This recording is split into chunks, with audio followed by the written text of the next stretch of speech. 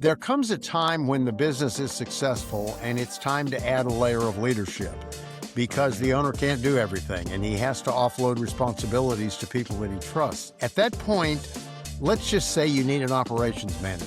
Well, you can go outside and look for a trained operations manager, but very likely that person comes from a larger organization. When you bring them into that small company, they're trained to do 1, 2, or 3 things a day and do them repetitively and do them well. In a small company, you're doing 8 to 10 things a day. It's a chaotic situation. People are working long hours. They're having a ball, but for an outsider to come into that kind of an organization doesn't work. And then from the other side, the employees who have given you their all for several years kind of wonder why it is that when it came time for a big promotion, somebody else got it. Somebody from the outside got it.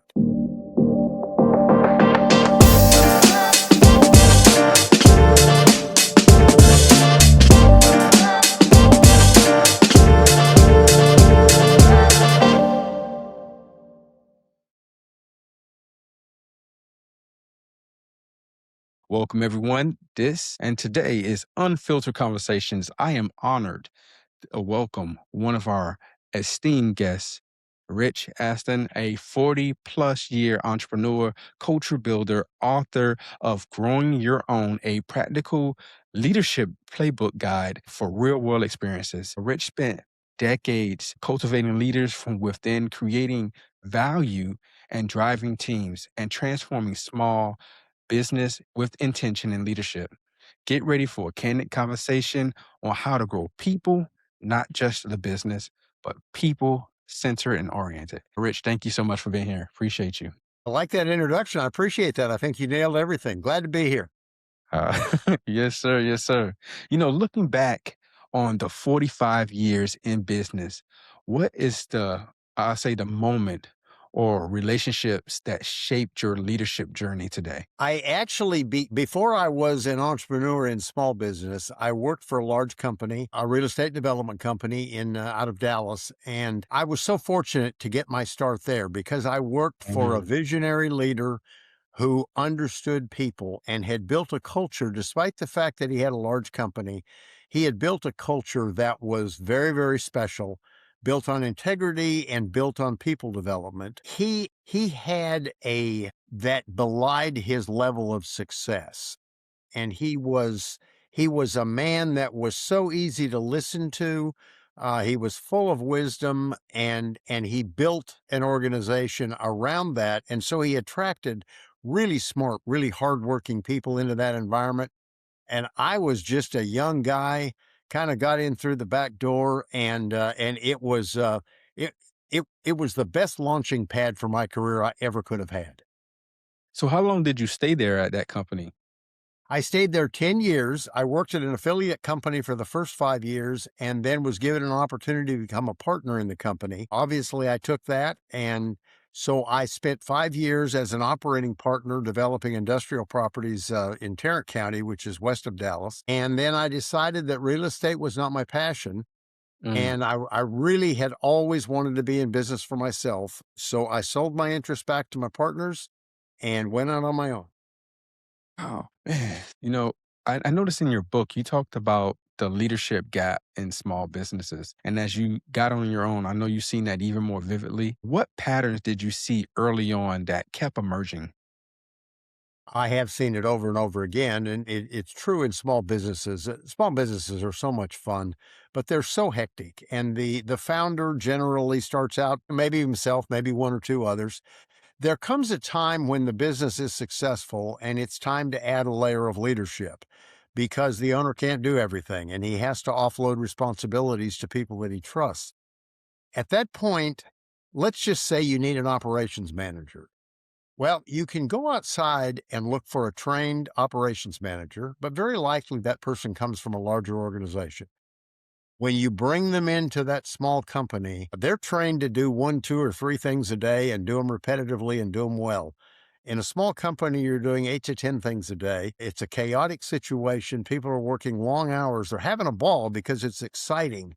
But for an outsider to come into that kind of an organization often doesn't work. And then from the other side, the employees who have given you their all for several years kind of wonder why it is that when it came time for a big promotion, somebody else got it. Somebody from the outside got it. But if you promote your existing employees, you run into a roadblock in that you haven't had time to train them to become leaders. They're great at what they do, but they probably don't have leadership skills.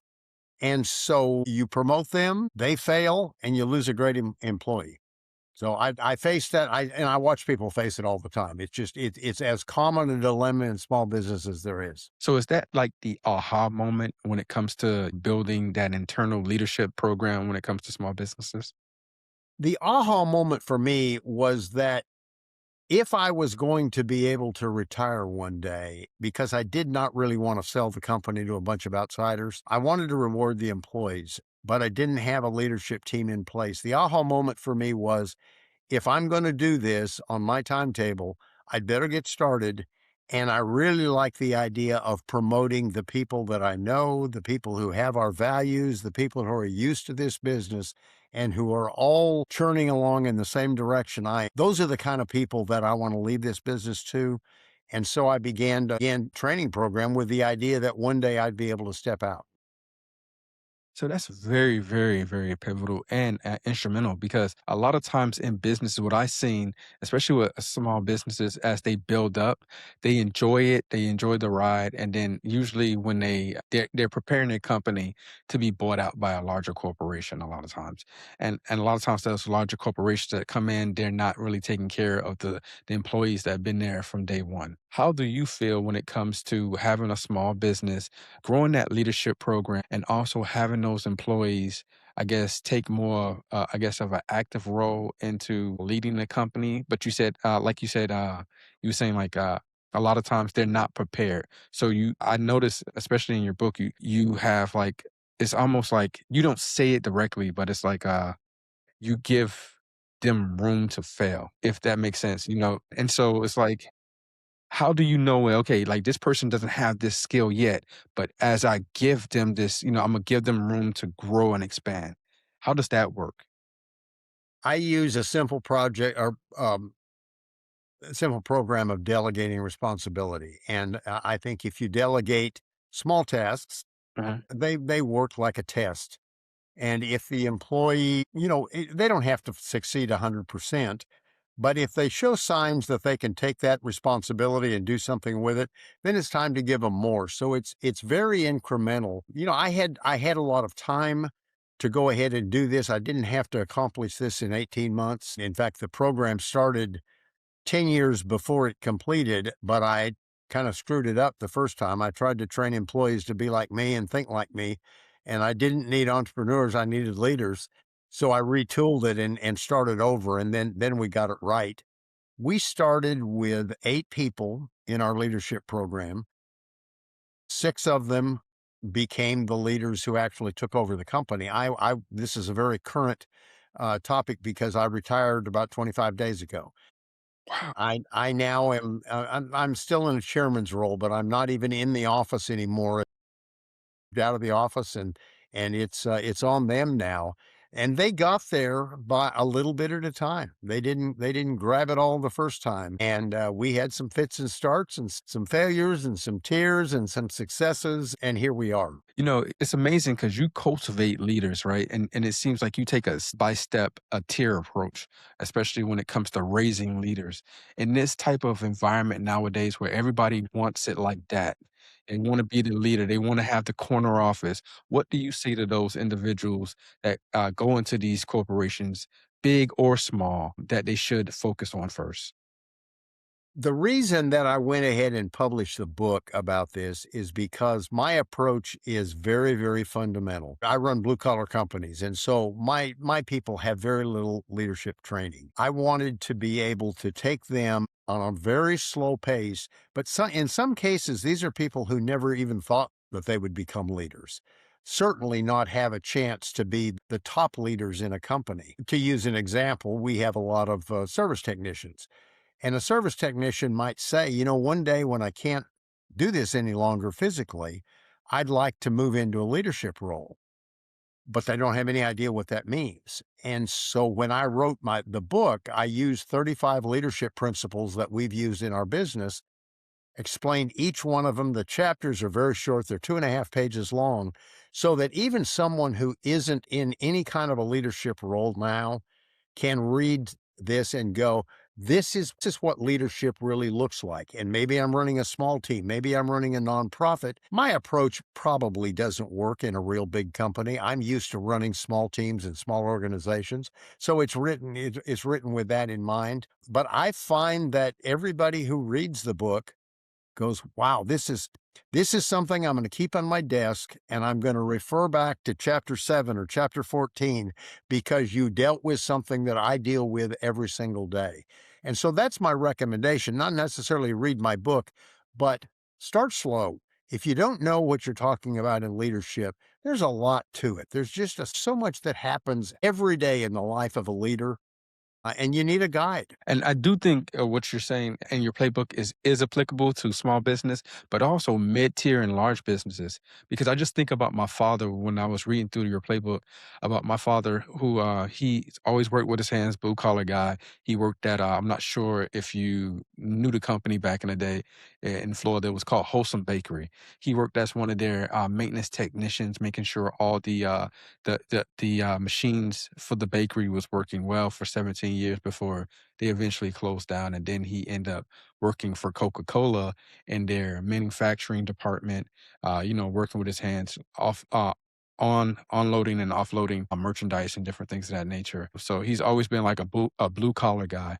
And I wonder if he had this playbook, what type of insight would that give him so he can be a better leader and to cultivate himself, right? So I would say my question is to you is, how do you define leadership readiness, and what signals do you use to assess your employees who are in those blue collar positions who might not think their, I guess, leader attributes are there yet?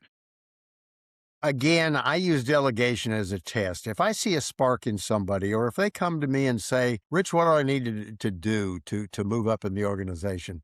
Then there's always something that you can delegate to them and say, "Let's just do this special project and let's see how you do. Here are my expectations. Here's the timeline. Come to me for advice. I'm not going to tell you what the answer is, but come to me and let's work through this together." And you get a really good idea right off the bat off of a single interaction like that.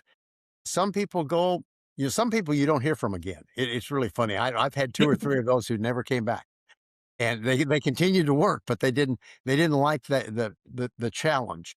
Hmm. Others come back and they don't do so well. So you assess where they missed The mark. the idea. If there's enough left, you finish that project and then you give them something a little tougher. They generally will tell you whether they're interested in biting off on this. I try to be so low key with them, but I'm also pretty demanding and I'm results oriented. And if you fail because you didn't try, that's not a very pleasant conversation. Fail because you just didn't fully understand it. That's on me. I didn't do a good job of explaining it. So we go back and we'll try again. I love to see that spark. And I love to see people go ahead and take the bit and start to run with it. One of the things that we do early on with a young leader is because most of them have not seen themselves in leadership roles, we talk about what's holding them back.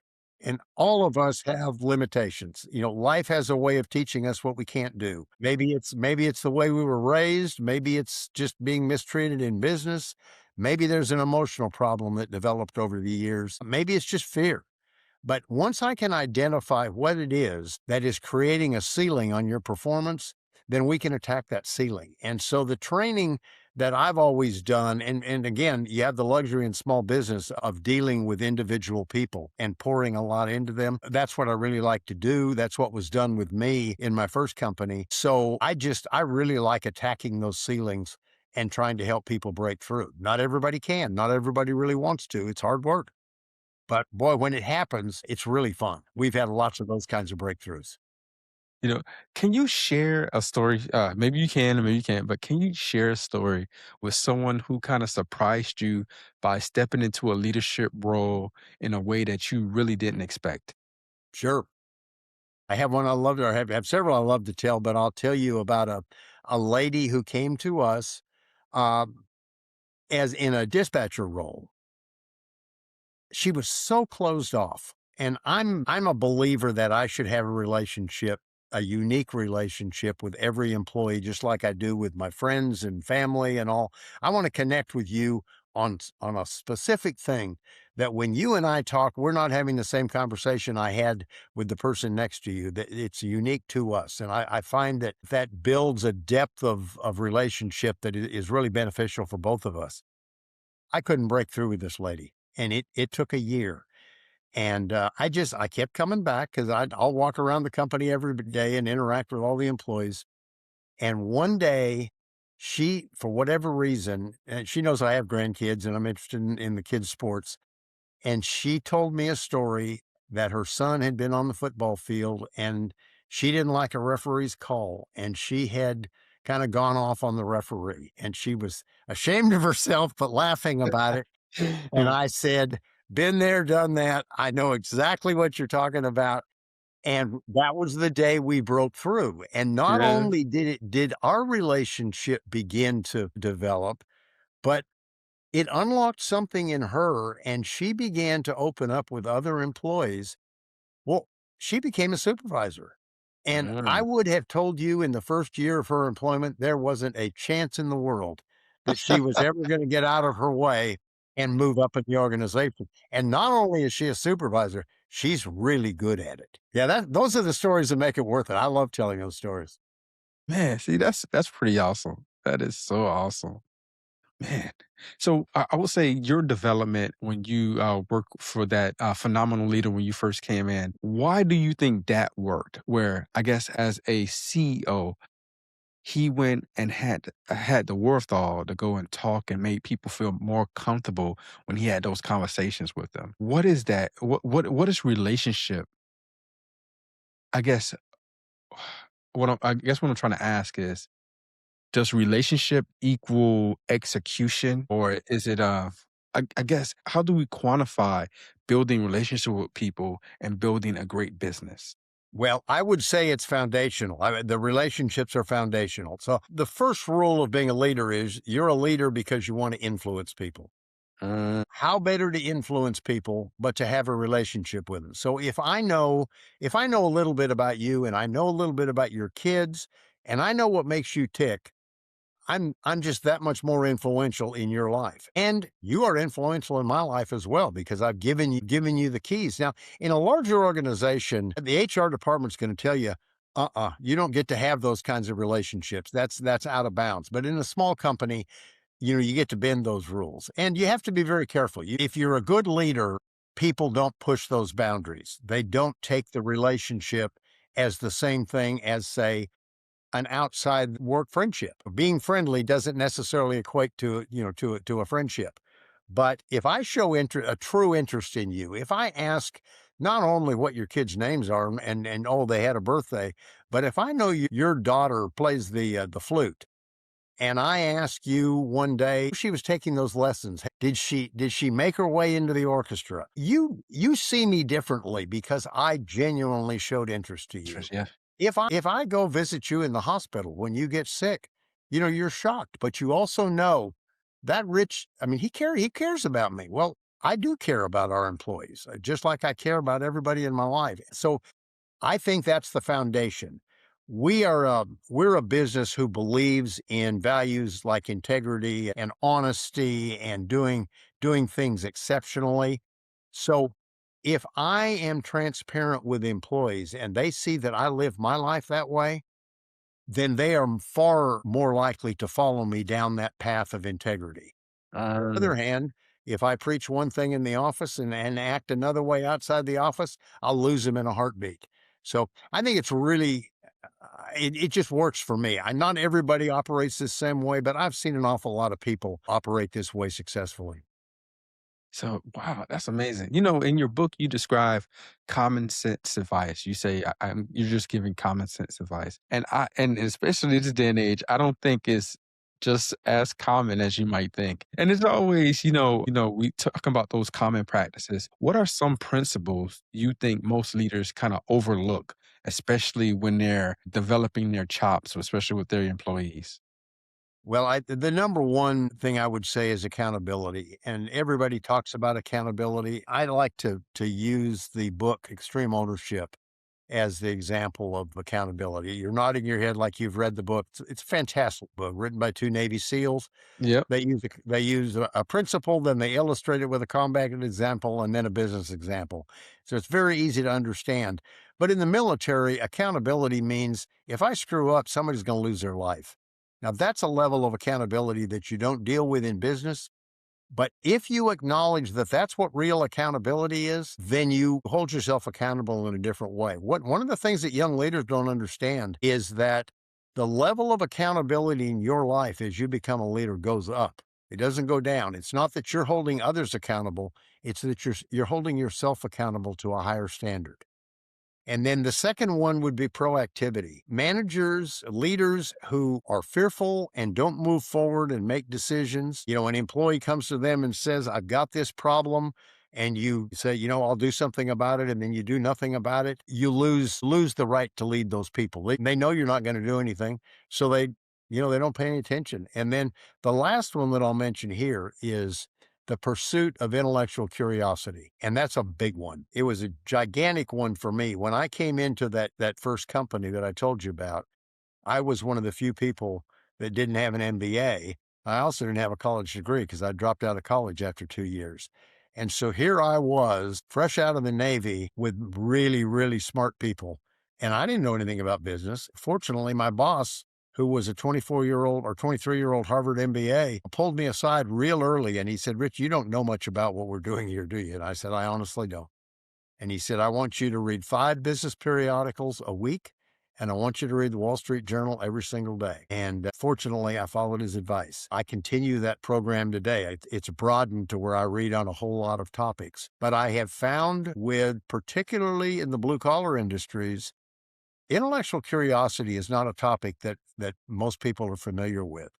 And if they'll spend their leisure time doing lots of things other than gaining knowledge, if they were spending even 10 minutes a day legitimately pursuing intellectual curiosity and pursuing knowledge, they'd be shocked at how soon their knowledge has broadened to the point where it's really useful. And on a very basic leadership level, the more I know, the better leader I am. You're right. You're not wrong. Man. What is I would say, you gave principles that I guess three that we utilize. Can those three be I guess transcended through any virtual industry in business? Absolutely. Okay. Absolutely. Yeah, they can. They apply just like extreme ownership says. I mean, those are all things that are covered in extreme ownership, and they're true at any size organization. Yeah. And they're true in parenting too, to be honest with you. Yeah, you're not right. That man, you know what? This has been a very interesting conversation because you're straight up, you're, just upfront. The way your playbook is written is just so simplistic. And I love everything about it. I'm sorry. I like to give you your flowers and your kudos. Well, I appreciate but basically I'm a simple guy. If it required a lot of theory, I wouldn't be very good at it. Yeah, I will give you that. I will give you that. And for you to retire and now, what I'm saying, just gave up the reins, was that something that was very scary for you to be like, I know you probably like, and I know I have some great leaders, but at the same time, I know like, I was always told from great leaders that advise me to this day, they say, hey, Mike, watch out for your pride, watch out for your ego, because your ego will make you think you're, irreplaceable and really you're not. So for you to get to that point where you're like, okay, I've done what I have done for this company, I'm a step back. That was a quite of a, I guess, of a hit to your ego to be like, this is not all about me. Now it's time for them, like you even said earlier, to step up in the fray. What made you want to do that? I have had a wonderful time in business, and virtually every day I jumped out of bed and I couldn't wait to go to the office. Mm, As this progressed and I was offloading more and more responsibilities, I had less and less to do every day. And I mm, didn't really like that. But I'd gone down that road, and I'm much older than the average retiree. So I'm 76, and I'm long past the time that most people retire, but I was having so much fun, I didn't really want to leave. But I told my wife about a year ago, one day I said, if I didn't have to go in, I don't think I'd go in today. She said, in 44 years, I've never heard you say that. And I said, we're getting close to the time. So I work through a general manager who does a really nice job running the company now. I stayed in the building with him for a year, letting him run the company, but having me be there physically. Mhm. And then just, 3 weeks ago, I actually moved out of the company, and it was a very comfortable move.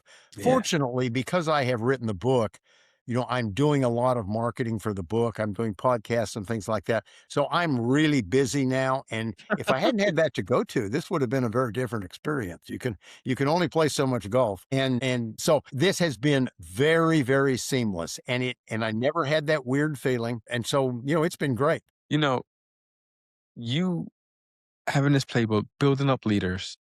What I guess if you can tell us a story like or just one pitfall, what's like the biggest mistake small business owners that you have seen make when they promote great employees into a leadership position? And how can they avoid it? That's a hard question. It's an easy question to answer. It's a hard question to solve. And the reason is that you're so busy in a small business, particularly when the business is very small, Mhm. that the last priority you have is training the next level of leaders. And that's one of the reasons I hate to keep pushing the book, but that's one of the reasons the book is just an easy bridge for that. I had the luxury of working through a general manager, which gave me the time to do things like put this training course together. If I hadn't had that, I would not have had time to do it, just like every other small business owner. It's a flaw, but I'm not sure it's a curable flaw. You just have to look for a way to bridge the gap. Okay. You emphasize integrity and culture a lot, especially in the playbook and just having this conversation with you. How do leaders actually teach those values instead of just talking about them? Well, they better have them first.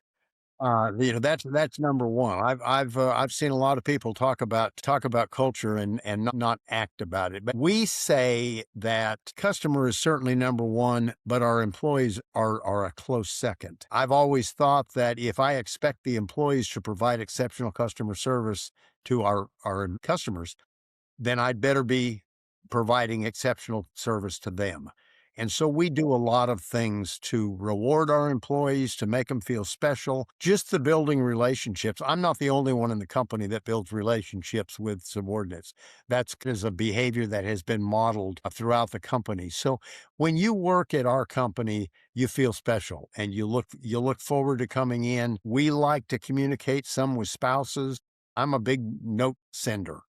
And so I'll write a personal note to the wife of a technician who's done something special, knowing that he doesn't expect me to send something to her. She doesn't expect to get a letter from me at home. And when she opens it, I mean, I've had probably not hundreds, but many, many stories of wives breaking into tears when they saw such nice comments about their husbands. Oh, wow. Um, or congratulating a child on the graduation from high school or something like that. The culture thing is much deeper than most business owners think it is. And as a result of that, we tend to keep people in our company far longer than most companies like ours do. Yeah. And see, and that's pretty amazing, especially nowadays. I was reading a lot about burnout, especially when it comes to mid-tier and large corporations and how they keep employees maybe 12 months to 18 months at the most because a lot of people are just, they don't feel valued.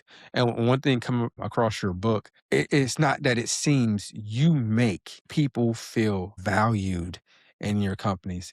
And I feel like small business is the way to go when it comes to having a business and not turning it into something that I guess you can't keep your hand on. But as a small business owner, do you just like the rush or do you like, I guess, that you can actually affect change in such a strategic way?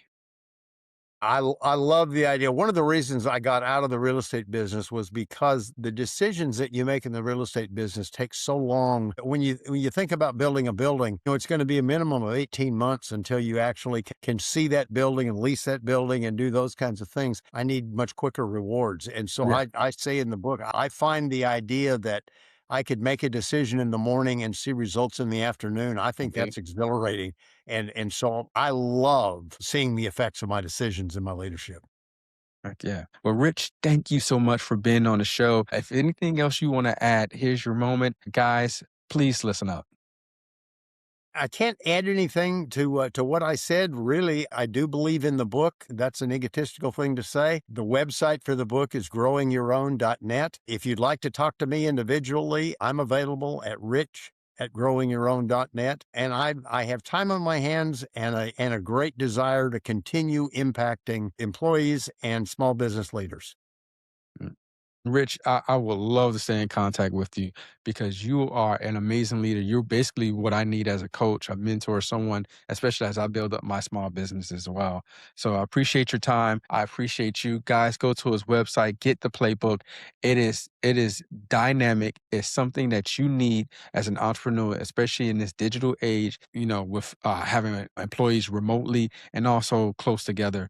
It's going to change the way you look at leadership and the way you value your company. So, again, Rich, thank you so much for being on the show. Appreciate you. Hey, I loved being here. Thank you very much, Michael.